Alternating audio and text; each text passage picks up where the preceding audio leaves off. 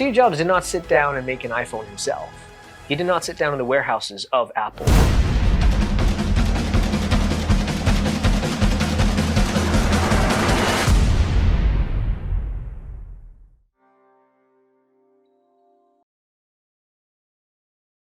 A'udhu billahi minash shaitanir rajeem. Bismillahirrahmanirrahim. Assalamu alaikum wa rahmatullahi wa barakatuh. Dear viewers, to the show, think about it.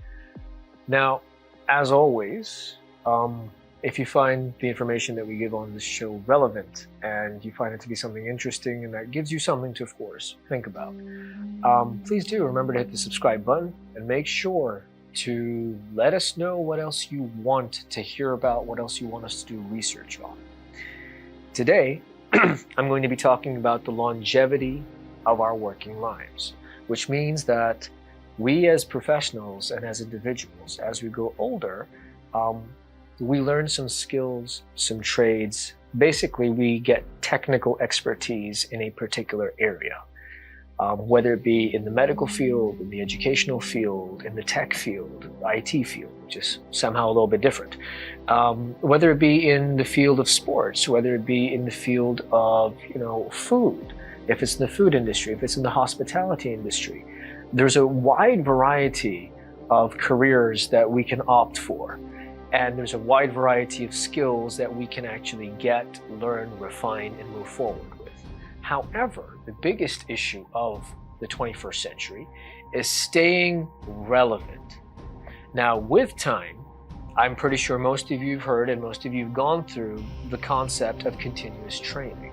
Continuous training means that when you have a job and a year or two passes, a new software is released related to your work, or a new methodology or a new approach to how your work could be more efficient, more effective, more concise, more discreet. Something of the sort comes up. You are asked to indulge in continuous training. You might be certified, recertified, or you might be certified in something new, get some, license or something of the sort. And all these different things help us move on within our careers.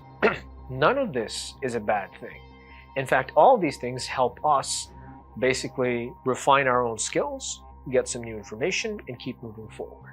However, human nature, according to most scientific research that has taken place from the beginning of time, I would say, nothing traces back, of course, to before 1500s or 1300s, but every single research that has been brought forward related to humanity and learning has stated that human beings continuously learn throughout their lives, whether it be small processes, small things, or big ones. Today, I want to talk about the difference between technical expertise and process-oriented expertise. What's the difference between these two things? How do we bridge them? Where do we get them? So first off, let's take a look at technical expertise. What are technical expertise? Technical expertise are skills that we learn within a specific area or a specific scope, a specific career, a specific industry. So let's say you want to become a doctor. Let's say you want to become a cardiologist. So you want to become a heart surgeon. You work with muscles and different organs of the body. You go to medical school. After you've done your undergrad, or whether you go and do medical school, depending on what country you're in and what system you're following. You end medical school, and then you have your internships that you do, your fellowships that you do, residency, and I think residency comes before, but house jobs, so on and so forth. And you get expertise into a certain scope within the medical field. Now, once you have that skill, you have become a technical expert. Of course, the expertise part, the part that says expert, comes with time and refined practice. So once you become a medical practitioner working at a hospital, the longer you work, the more patients you see, the more refined your hand becomes when you're doing a surgery, the more you understand how a process is. When a patient comes in, you take their history, what do? You look at their older files. When you're doing an ECG scan, what do all the things stand for? When you're doing a CT scan, when the operation is actually going on, all the tools that you use as a doctor. You understand everything A to Z as you practice along because you're a medical practitioner. Similarly, if you become an educator and you're a teacher, whether it be at a school level, a high school level, or a college or university level, you basically go out, get education, be licensed to teach, or maybe your education supersedes the fact that you need a license and you are a registered teacher, basically. You go out to teach. The more you teach a certain course, the more you understand the course. You understand the ins and outs of the course. In fact, you yourself are understanding the course while you're teaching it to your students. You understand it better. You get more insights, more perceptions, and students that ask you questions. You get more things happening. The longer you teach, the more experienced you become, the more expert you become at a certain field. What is a process-oriented expert? There is a very, very valid difference between them, and it's vivid, visible, and it's there. You see, if you take a look at any industry, the education industry, the medical industry, the tech industry, automotive industry, the hospitality industry, you name it, the higher someone goes up in rank, when they become, let's say, CEO level, none of them are doing the technical job anymore. The CEO of a hospital is no longer a surgeon. It's very rare to find someone who's a surgeon or who's a doctor who still sees patients and people. The CEO of a school system very rarely goes into a classroom and teaches. The CEO of hospitality management very rarely stands at the reception welcoming guests or doing the register or checking them in, or acts as a chef or a sous chef. Very rarely does someone who's in the automotive industry who's a CEO act as a salesperson. Basically, all of their job profiles, the higher you go in any industry, become more similar. They become more process-oriented. What does that mean? I will give you the example of two people. Myself, hopefully that's valid, and Steve Jobs. So we're going to be taking two people. And then, of course, other names are going to come in the middle as well. Now, I am in the educational field. There was a time when I was working for a certain company, organization, where being a teacher was one part of the role. Yes, I was in the classroom and I was teaching students, and I love being a teacher. It's awesome to have those interactive sessions and all. But more so than that, I loved the fact that I was part of a think tank. This think tank was very process-oriented. What does that mean? It means that we would have people that would come up to us, companies, organizations, governmental institutions, and government actual branches, the Ministry of Interior, the Ministry of Defense, the Ministry of Foreign Affairs. And since we dealt with language services, they would come to us and say that, hey, I have this company. It's a security systems company. It deals with security system devices and, those cameras and traffic lights and signals. We design those. We make all kinds of security equipment and devices. And we have 40 or 50 people, and their language level isn't really at the proficiency that we want it to be. And they are our technical experts. They work together, and we want them to be able to work better. And that's why we've come to you. Our job is to say, yes, we can do it. We can help you. We can make courses. Now, what do we do after we've said, yes, we can do it, and yes, everything can happen? We have a time frame, whether it be 24 hours, whether it be 48, whether it be a week or a month. What we basically end up doing is we end up doing research on that company, in this case, a security company. Once we've done our research, we find out the names of all the devices that they sell.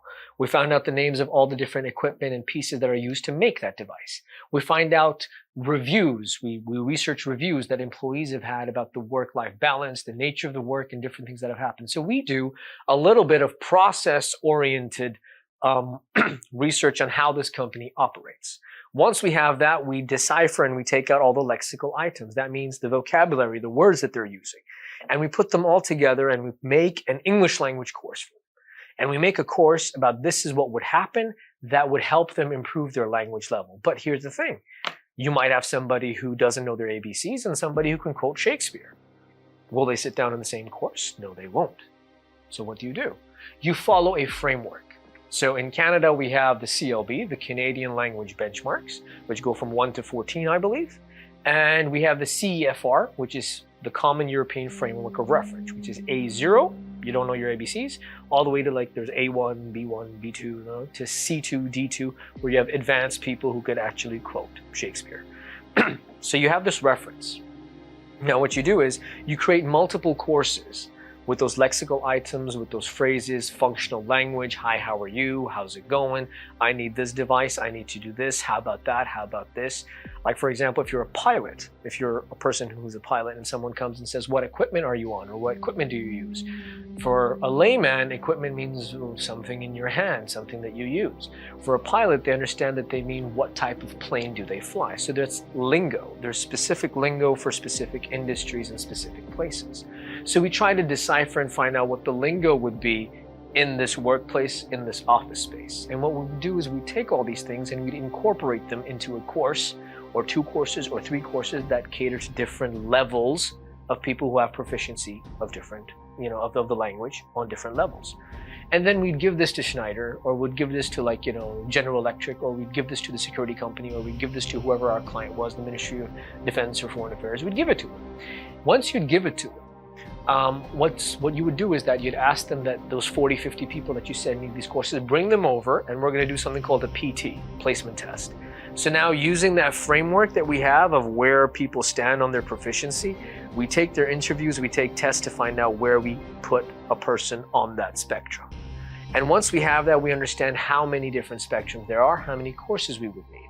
Could we combine some people of different levels together if the level isn't that different or that high or low? Once you have that, you've actually developed your courses. Then what we would do is we'd send a technical expert. That means an actual teacher to go and teach that course, or teachers to teach the courses, respective if they're different levels. A week of a taster or a tester session would happen. After that would end, we would get feedback from the teacher, feedback from the students, how they feel, feedback from our actual client, the security company. And that's triangulation, basically. Triangulation means you're getting your information from different sources and you're making sure that it all adds up and makes one and tells you how to move forward.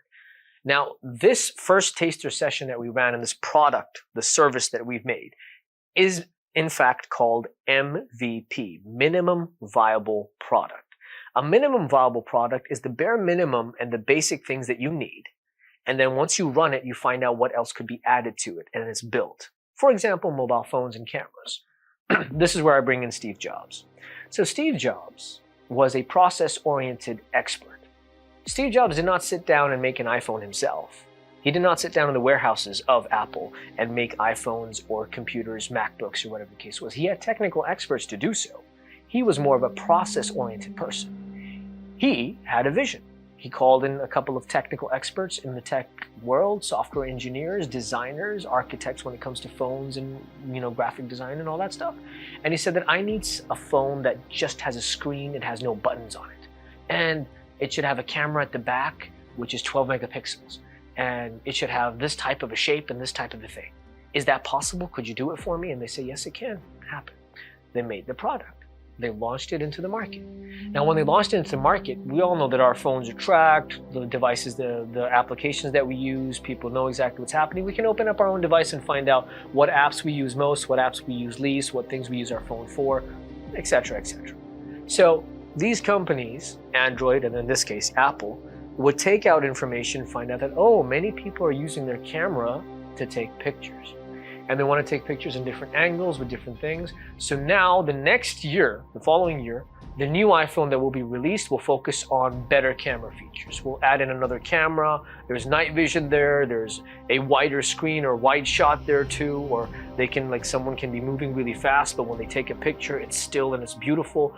So minimum viable products is what you create, and then you make a plan on how you're going to go forward. Now, of course, there's something called anticipated problems and solutions as well, which means once you're making the product, before you've even tested it, you come up with anticipated problems. What problems might there be? What are their solutions? So you make a plan, a 3-year, 5-year, 2-year, 10-year plan. When you make that plan, you float it. These are process-oriented experts. They don't technically need to have all that expertise to do the job. They just need to have the vision to know what the process is from the beginning to the end, and be a people's person, to be able to sell that product, to be able to be genuine, make a brand happen. That's what Steve Jobs did. Take a look at Elon Musk. Do you actually think Elon Musk sits down and makes Teslas himself every single day? No, he doesn't. He has technical experts who do so. That man had a vision. He had an idea. He understood a process. He wanted to get into cars. He wanted to get into something that's innovative, electrical cars. With that said, technical expertise are great, but do they ensure you a longevity of your career if you don't carry on getting more certification or training?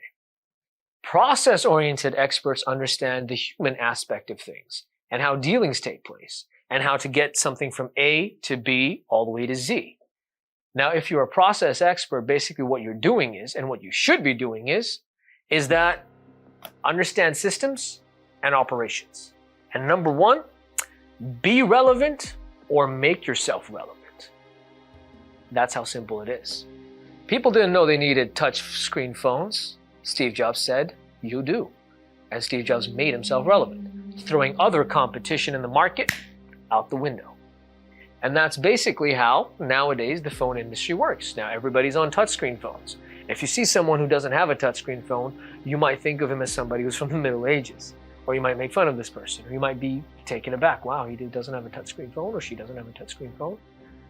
Being process-oriented is a key.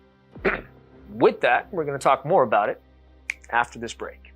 Until then, keep thinking about it and stay tuned. Assalamu alaikum wa rahmatullahi wa barakatuh. Iyaka na'budu wa iyaka nasta'in. Welcome back to the show. Think about it. We left off talking about technical expertise and process-oriented expertise. Both of these things can definitely go hand in hand. But with both of them, what you need to understand is what will help you grow in your industry or in any industry. If you take a look at any company, I mentioned this before, the higher you go in terms of the role profiles and positions in a company. If you're in an educational institute, you have your teachers, then you have your coordinators, supervisors, admins, guidance counselors. You go up to your assistant vice principals, principals, directors, CEO, so on. You go higher. If you're in a hospital, you have your general practitioners, your residents maybe, your fellows, your observers, then you have your actual, licensed practitioners, then you have people who are specialists, then you have people who are surgeons, and you go all the way up to people who are head of departments, people who are CEOs and CFOs and CEOs of the hospital. When you come to the very top, and not just the very top, but different positions as higher you go, the more similar they become in nature. The more similar they become in nature. A person who is the CEO of a hospital doesn't necessarily need to know the name of every single tool or equipment used by a doctor in an operation, or how to take the history of a patient. Similarly, the CEO of a school does not technically need to know the OSR, the Ontario Student Record Number, or how to teach business, math, or science, or French to students. Their jobs and their job descriptions become quite process-oriented, which are quite similar. They can actually end up doing each other's jobs if they will. But of course, having technical expertise is definitely good and important because, as I said, they can go hand in hand together. I have a story of someone who was actually my father's classmate way back in the day. Now, this is the 1950s, 60s, 70s. A gentleman by the name of Shuaib. Shuaib was a man he was a young boy at the time. His father owned a printing press. So a printing press where you print newspapers, magazines, columns, different things at the time, whatever was relevant at that time. His father owned this printing press. And when every vacation time used to come or a holiday used to come, that means you have winter break, March break, or summer break, that man's father, Shoaib's father, would send Shoaib to work in other printing presses, never his own. And Shoaib used to be quite angry at his father and say that my father owns a printing press. He doesn't let me work with him. He makes me go to different printing presses. And Shoaib would work as a technician for a certain printing machine in one summer with one company. Then he'd work on the printing slabs and how it's done and what the layout is of a magazine or a newspaper and make sure the wording and the coding is correct on the instrument so everything is done right. And he'd be working in different domains in different areas within a printing press for a long time. Until one day, much later in the future, Shoaib got the chance to be the chairman, the owner, the person who would sit down in his father's printing press.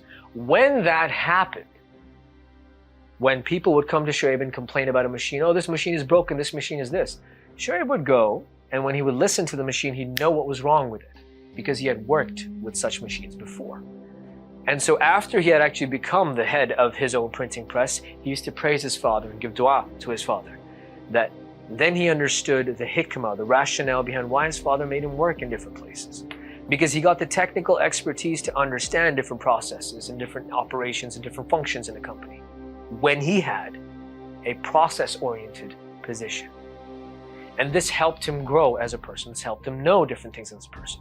Of course, if a new equipment or a new piece of, a new device would come out in the printing press world, they would go purchase it. He would be there. He'd look at how it is.